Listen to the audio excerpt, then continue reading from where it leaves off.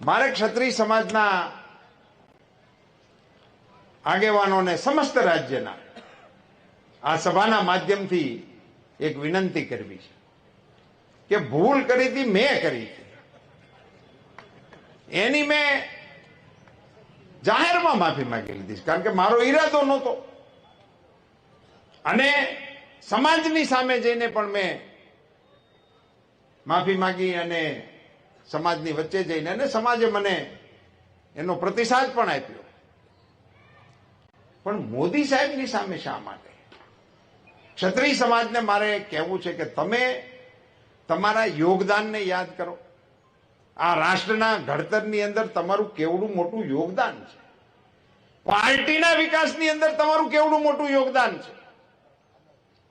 અને નરેન્દ્રભાઈ મોદી જેવા વડાપ્રધાન જ્યારે 18 કલાક માણસ ભારત સિવાયની કોઈ વાત વિચારતો ના હોય, મારા દેશ સિવાય કોઈ વિષયની સાથે જેનો નાતો ના હોય, 140 કરોડ દેશવાસીઓને જે માણસ પોતાના પરિવાર તરીકે સંબોધન કરતો હોય, અને એમના આખી વિકાસ યાત્રાના સાથીઓ તરીકે કેટલા ક્ષત્રિય આગેવાનોના હું નામ લઈ શકું.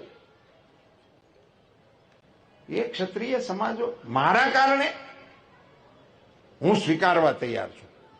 ચલો, આપને એમ લાગતું હોય કે મારી ભૂલ છે, મેં તો સ્વીકારી છે, પણ મોદી સાહેબની સામે ક્ષત્રિય સમાજને ઉભો કરી દેવો એ મને એવું લાગે છે કે યોગ્ય મને નથી લાગતું. નરેન્દ્રભાઈ મોદી આજે વિશ્વના નેતા છે, આપણા દેશના નેતા છે.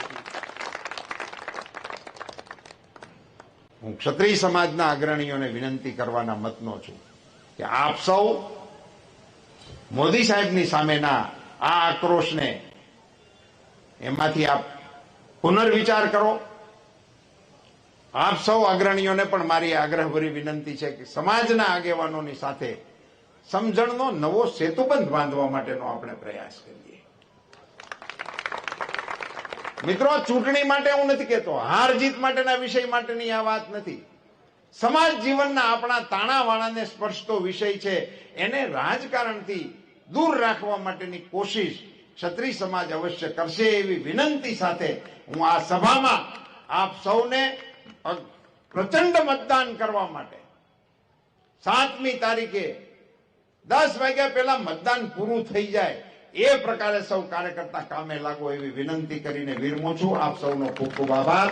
ભારત માતા કી જય શ્રી રામ. જય જય શ્રી રામ.